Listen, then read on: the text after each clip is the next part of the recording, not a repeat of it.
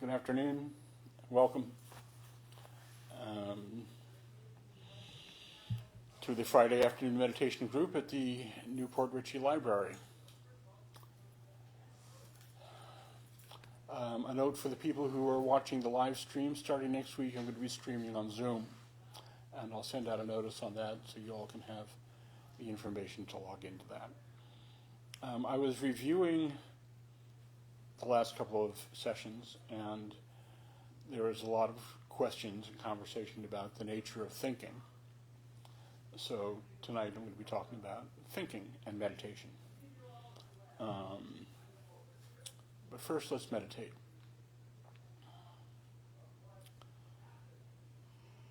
I invite you to find a comfortable meditation posture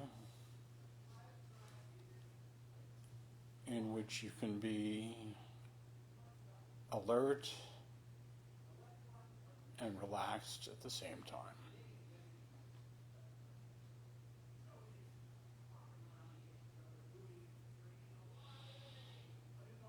If you're sitting up,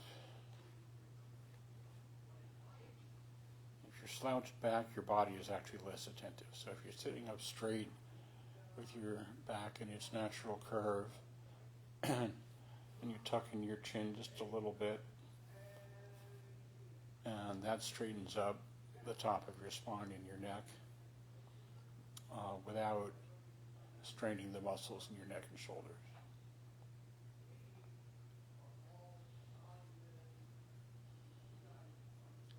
And lower your gaze just like you're looking down the bridge of your nose. And that relaxes the muscles around your eyes.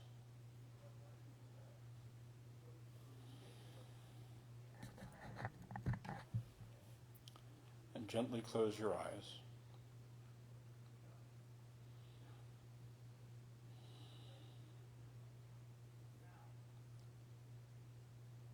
And we're going to focus on the gift of paying attention.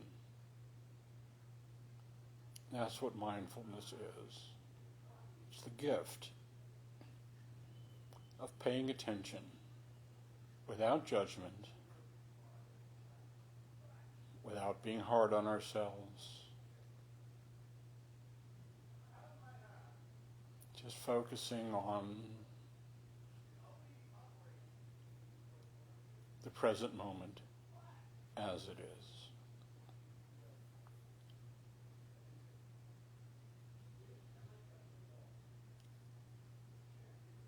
One of the easiest ways to do that is to focus your attention on your breathing.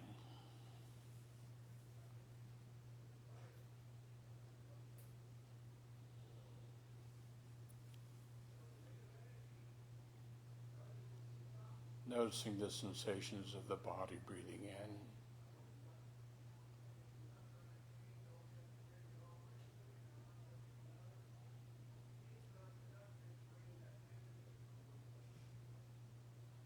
Noticing the sensations of the body breathing out.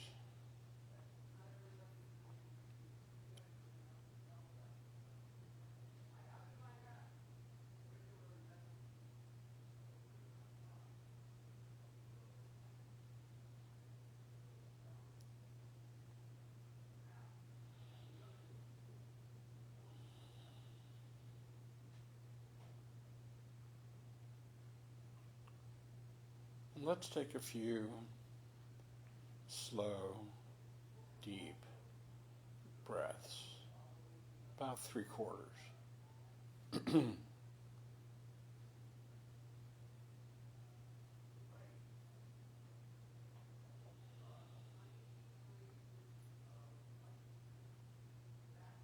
Noticing the sensations of the belly and the chest expanding. Maybe the body coming a little more upright on the in-breath.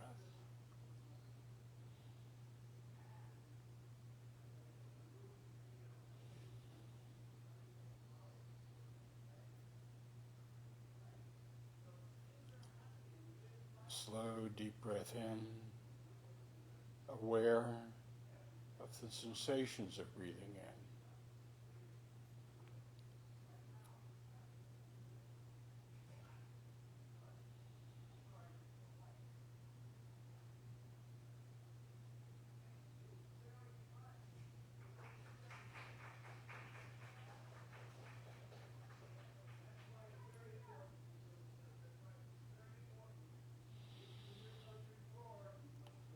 And as you breathe out, just noticing the sensations of the air moving out of your nose, your chest coming in, your belly coming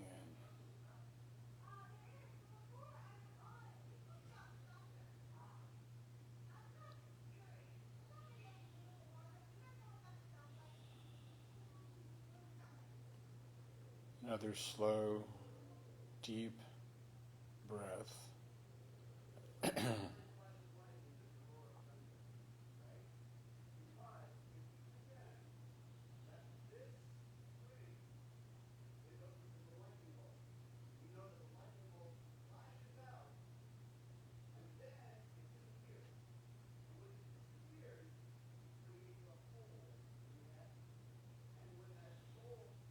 And letting your breathing return to normal.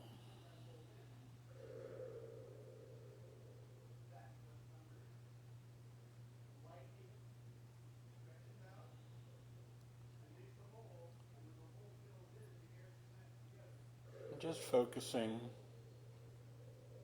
on the sensations of the body breathing out and breathing in.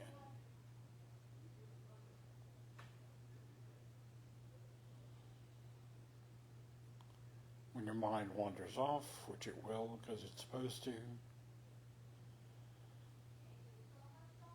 gently give yourself the gift of attention and notice.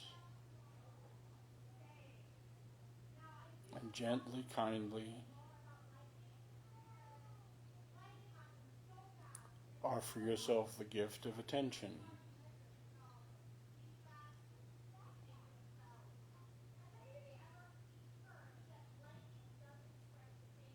And bring your attention gently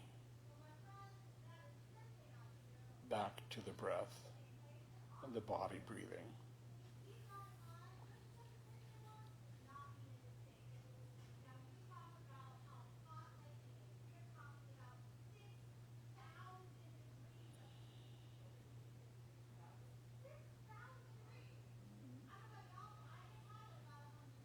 If you're in an environment that's a little noisy, which we are today, that's okay. Just notice, you might want to label it hearing. Notice whatever thoughts you might wrap around it.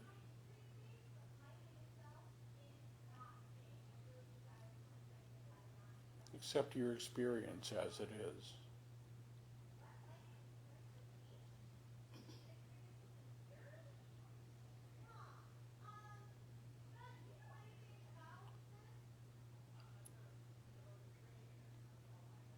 And when you notice you wandered off into thought without getting involved in the story or the narrative or whatever you're thinking about, just notice the phenomenon of thinking as a thing the mind does.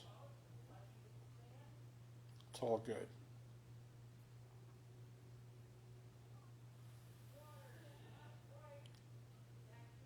And gently just slide your attention back to the breathing.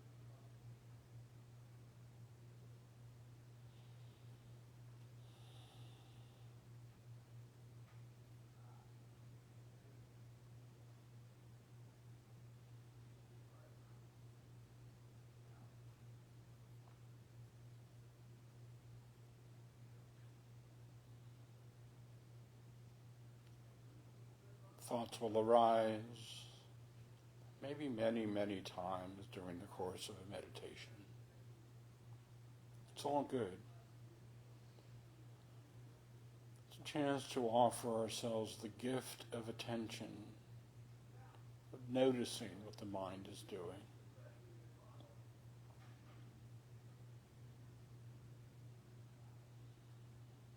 Every time we notice, that's the mindfulness moment.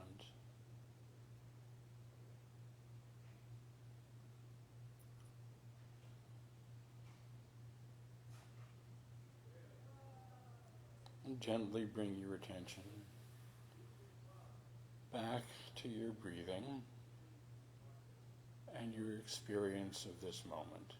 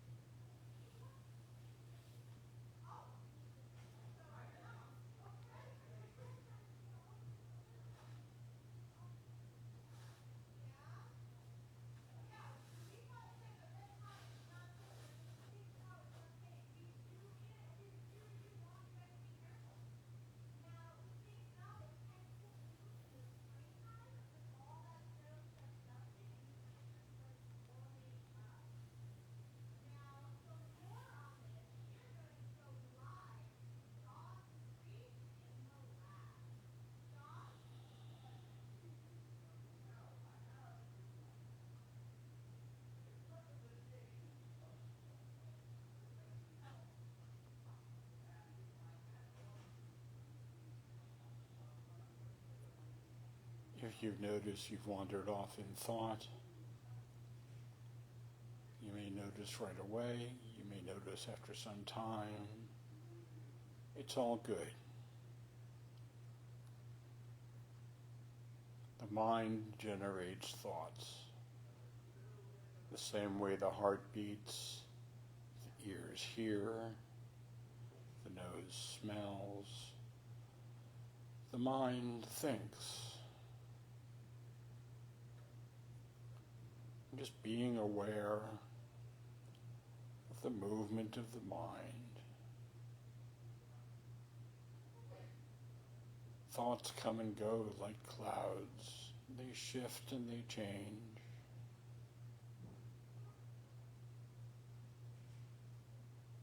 And just noticing the phenomenon of thinking as a process.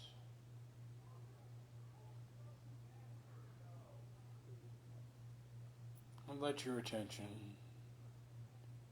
gently, kindly come back to your breathing.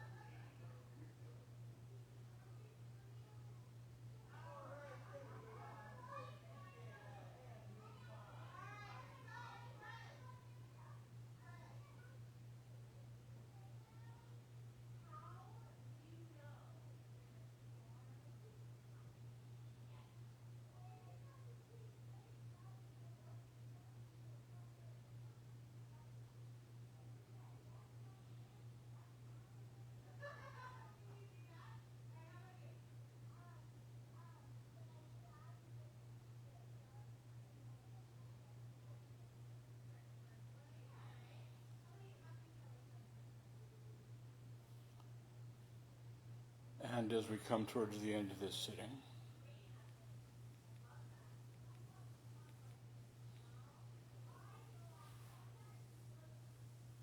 I invite you to notice your experience of this moment.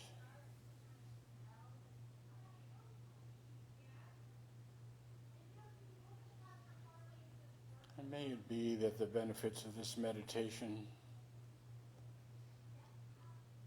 helps us to be a little more present as we're walking around in our days. D-A-Y-S, not D-A-Z-E.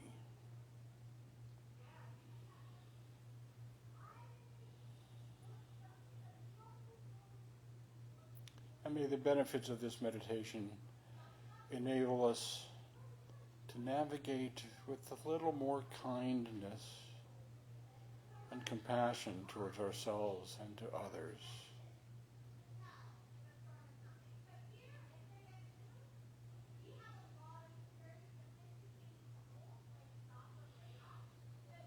May the benefits of this practice be of benefit to all beings everywhere. May all beings be happy. May all beings be well. May all beings be safe. May all beings be at ease and at peace.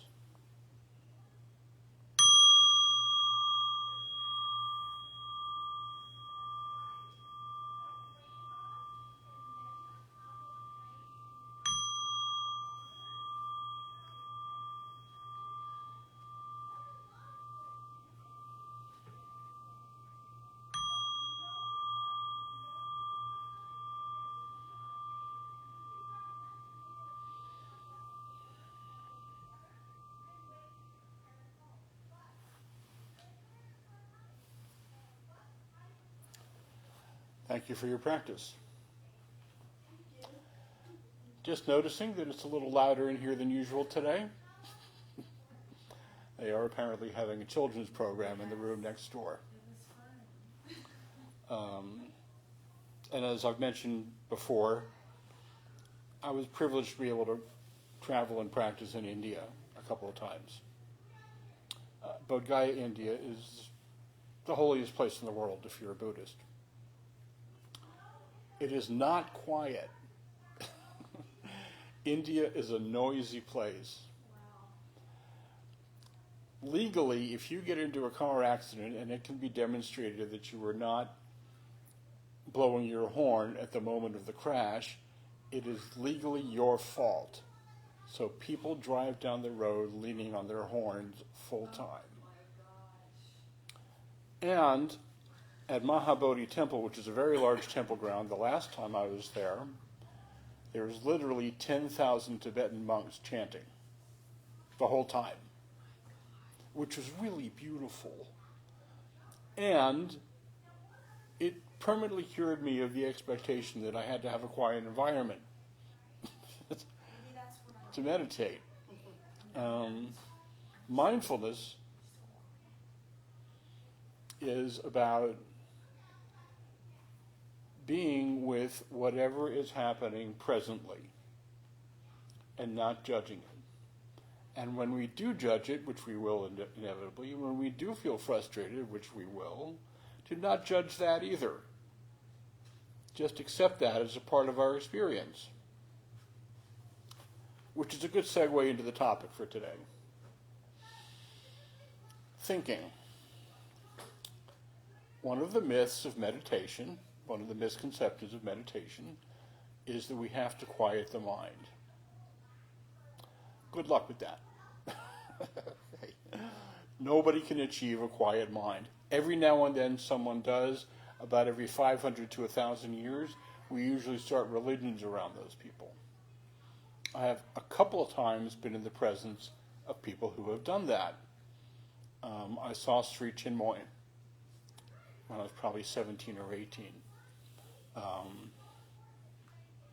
And his presence, without saying a word, his presence silenced the space. And I got to see Thich Nhat Hanh speak one time. He had that same effect. The mindfulness of his presence quieted the room. Most of us won't be able to do that. So, I say over and over again, this is a gentleness practice. This is a practice about being kind to yourself.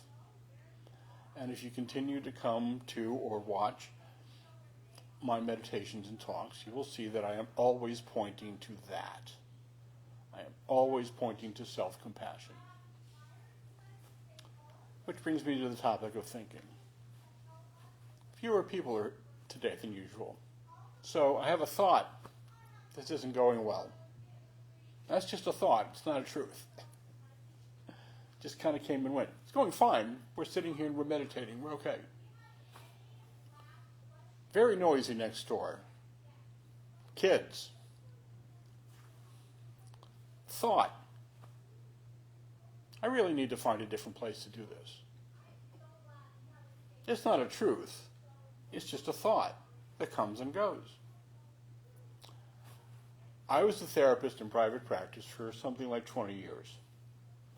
The first couple of years doing that are very lean. It takes a year or two for any business to grow legs. I'm having a slow week. Thought. I'm not a very good therapist. Now, my thinking mind ties those two things together. Now, when you think about that logically, it would have to mean the universe at large knows that I'm not a good therapist, right? And that is somehow affecting the energy in my practice. Thoughts come and go. But here's the truth about thoughts. They are real in that we hear them. They are not true. Our thoughts are real, but they are not true. Sometimes I think I'm not okay. I have some health stuff going on. But I'm okay. I'm vertical. I'm above ground. I'm navigating around in the world. I still get to do these sessions, which I really love to do. I'm fine. Thoughts come and go. And as I have mentioned before, our experience is in two parts. Here's what happens. Here's what we tell ourselves about what happens. Okay? These are separate. Most people don't know that. The noise in the room, a thought, this is not okay. And then in realizing, oh, it's fine. Now, the Hopi Indians, when I was at my first week in grad school, I actually remember this article from the Journal of Noetic Sciences on decision making. And the takeaway from that was a story about the Hopi Indians. They believe in every situation there's 88 possibilities. I don't know how they came up with that. I don't care. I just like it. Right? What I have decided to believe about that is if you turn an 8 on its side, it's the symbol for infinity. So in every situation, there's infinite possibilities. Here's what happens. Here's what we tell ourselves about what happens. Over here, there's 88 possibilities, right, of how we can describe our experience to ourselves in the thought stream. During therapy, I'm thinking someone is having a really intensely cathartic healing experience, and they're having, which tells you the therapists who assume they know what's going on, they don't know what's going on. Here's what happens. Here's how I narrate it. Those are separate.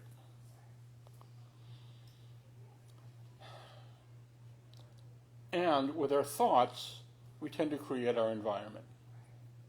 Buddha spoke to this directly in the Dharmapada.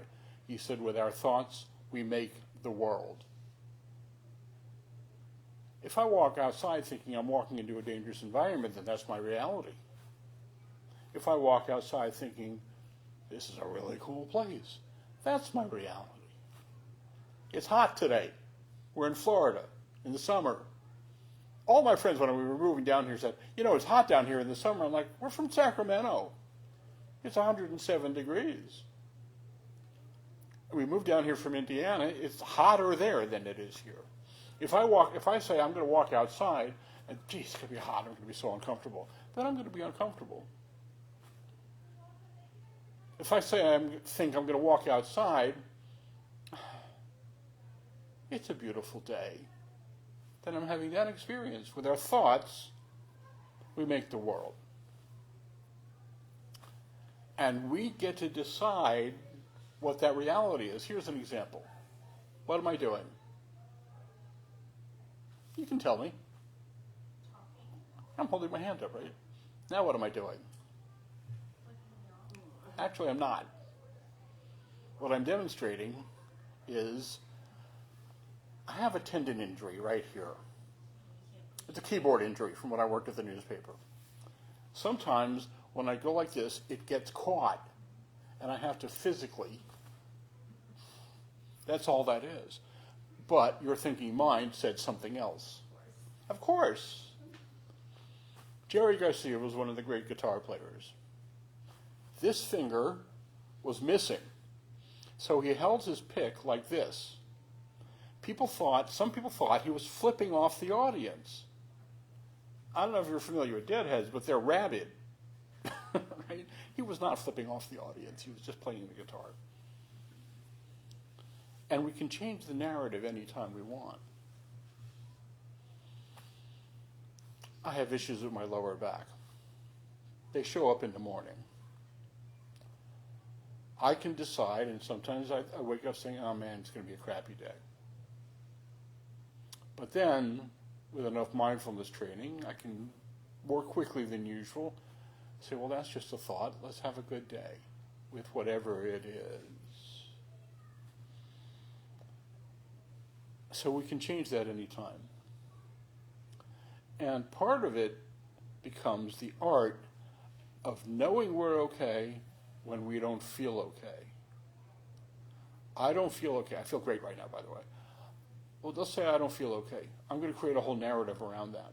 I'm not okay, this is bad, this sucks, whatever. Or I can create an alternative narrative around that, saying, this is just the condition of the moment. I'm actually okay. Probably shouldn't have eaten that. Right? I can decide. Which is why mindfulness is important, because a steady mindfulness practice helps us more quickly see when when our thought stream is taking us off the rails. And it defaults negative. People tell me that people are really hard on themselves for negative thinking. There's actually evolutionary neurobiology behind this. Really interesting guy named Rick Hansen. I've seen him at conferences. He's a Dharma teacher. He's a neuroscientist. He's a psychologist. He's a psychiatrist, and he's a neurobiologist. And he does research on the nature of the brain and mindfulness and meditation. And he gave this great presentation. One of the things he noted was that way back at the dawn of time, the literal dawn of time, we were crawling out of the primordial ooze like little tadpoles, just growing legs, basically skin and a nervous system. But we were at the bottom of the food chain, right? And intuitively, we knew we were at the bottom of the food chain because we didn't have a cerebral cortex that could reason things. So our entire nervous system, our entire system was wired for knowing we're in danger. You may have seen footage of like turtles hatching on the beach and the seagulls are coming down for dinner. We were the turtles, right? So there's this little evolutionary piece of biology of the entire nervous system wired for danger. And that part of us is still here. It's right at the back of the brainstem. In terms of evolutionary biology, a lot of parts of us that are still here, like the appendix. Nobody knows why it's still here, but it's still here.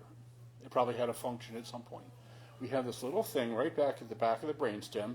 If you could imagine, it's not actually set up like this, if there was a button that connected the top of your spinal cord to your brain, it would be right there.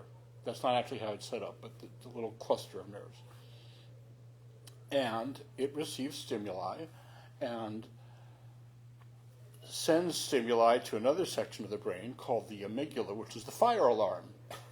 That tells you you're in trouble, right? So all of this is built in. And we don't have to worry about it. We don't have to be hard on ourselves. The other thing about the thinking mind, if you listen to it, really listen to it, here's a homework assignment if you feel like it. Pay attention to what it's doing just for a couple hours or a day. You'll notice some things about it that are predictable. One, it's not even interesting. Right? It has no new information. It's either off in the future, predicting that it's not going to work out, or in the past saying, you probably should have done that differently. It's very rarely in the present moment. It surfaces music. I did a 2-week meditation retreat, and one of the conversations we had with some people after it was over was, my mind kept surfacing. Today I was hearing The Who. Won't Get Fooled Again. I haven't listened to that for quite some time. So one of the aspects of the thinking mind, it surfaces stuff at random. It's like if you're watching a glass of soda water. You'll notice that at random moments, bubbles just sort of detach from the side and float to the surface. It's kind of like that. It's unpredictable. It's always on. A friend of mine calls it the radio station of the mind. WSKU, it's noon, you're screwed. It's always on. It's always loud. It defaults negative. It's never present. And it flits around from topic to topic all the time. Which is why some people call it the monkey mind. If you've ever been around monkeys, I was in India, I was around monkeys. Monkeys can't be still. They are never still. They're just moving all the time. The monkey mind is in motion all the time. So there's a part of the mind that actually is in motion all the time. And one of the things we learn from practicing, and it's a practice like practicing the piano, from practicing mindfulness, is to notice that it's just like doing this thing. It lands on this, it lands on that. And I have a poem that I wish I'd written that speaks to this. This is Mary Oliver, one of my favorite poets of all time. This is called Osprey. This morning, an osprey with its narrow black and white face and cupidinous eyes leaned down from a leafy tree to look into the lake. It looked a long time. Then its powerful shoulders punched out a little, and it fell. It rippled down into the water. Then it rose, carrying in the clips of its feet a slim and limber silver fish, a scrim with red rubies on its flashing sides. All of this was wonderful to look at, so I simply stood there in the blue morning looking. Then I walked away. Beauty is my work, but not my only work. Later, when the fish was gone forever, and the bird was miles away, I came back and stood on the shore, thinking. And if you think thinking is a mild exercise, beware. I mean, I was swimming for my life, and I was thundering this way and that way with my shirt of feathers, and I could not resolve anything long enough to become one thing except this, the imaginer. It was inescapable, as over and over it flung me without pause or mercy. It flung me to both sides of the beautiful water, to both sides of the knife. That's what it looks like. I can't say it. I can't say anything better than Mary Oliver. But I love this line. If you think thinking is a mild exercise, beware.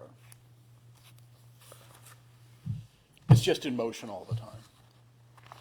And since it's not truths, and the thing about that part of the mind, it would have us believe that it's all of who we are simply by nature of being the loud part, right?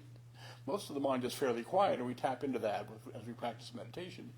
But I don't know if you've ever driven a car with a hole in the muffler. It's very loud, or squeaky brakes. It's not the whole car. It's just the loud part. The rest is functioning just fine.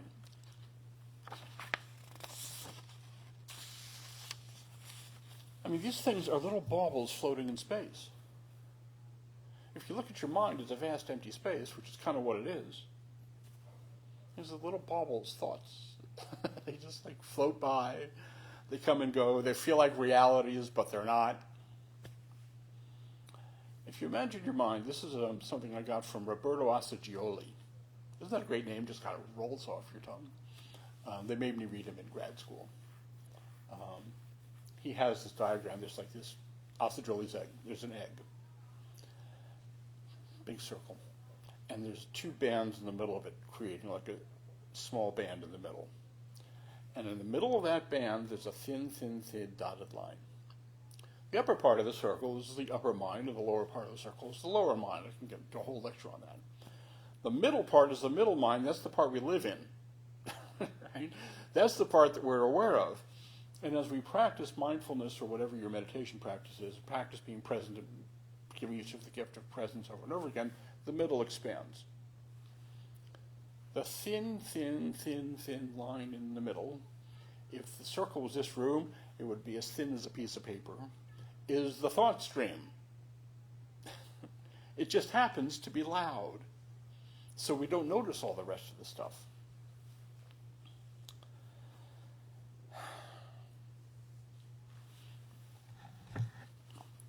There's a Dharma teacher in California named Sherry Huber who writes books like The Key, and the name of the key is willingness. And she writes it, and it's really cool. It looks like it's handwritten, but we all know it's not.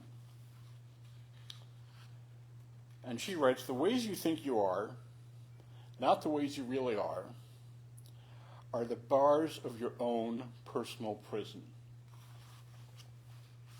Please recall, she writes, just because you think something is so, that you are bad, selfish, ugly, brilliant, superior, inadequate, doesn't mean it's so. It just means you think it's so. Later on in here, she writes, the way you think you are is not the way you are. It's just the way you think you are. I was on a meditation retreat one time at a place called Cloud Mountain. 90 miles north of Portland, Oregon. It's out in the middle. Meditation retreat centers, these places are in the middle of nowhere.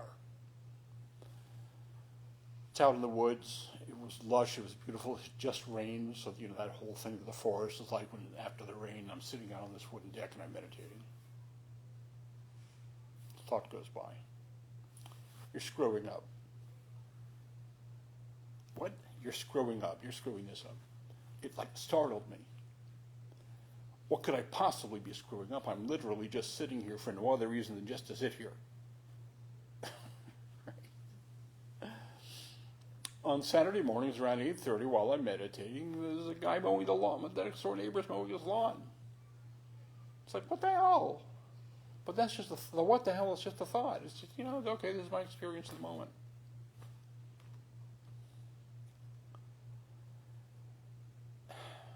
And the more I can separate what the thought stream is doing from what is actually going on, the more peaceful my mind seems to get, and the more peaceful my life seems to get. Because I start to realize, as I practice noticing that, that's just a thought, that's not reality, the more settled I become, because reality is usually pretty settled. Now, I can say that in my white upper middle class enclave, right? Not everybody is having a settled life. The people in Gaza are not having a settled life. The people in Croatia in the 80s are not having a settled life. My life is pretty settled. I've just got noise. Got a circus, romper room. Some of you may be old enough to remember romper room. Romper room on steroids. But every time I notice that my thought stream is taking me off the rails to some sort of difficult space is an opportunity for self-compassion. It all points to that all the time. Noticing what's going on and what I'm telling myself about what's going on is an opportunity to be kind and gentle with yourself. which really is the whole teaching. To learn to be kind and gentle with yourself all the time. So, thank you for your kind attention. Questions? Comments? Ken, go back to being a cab driver? I was a cab driver for a while, which isn't that far afield from being a shrink.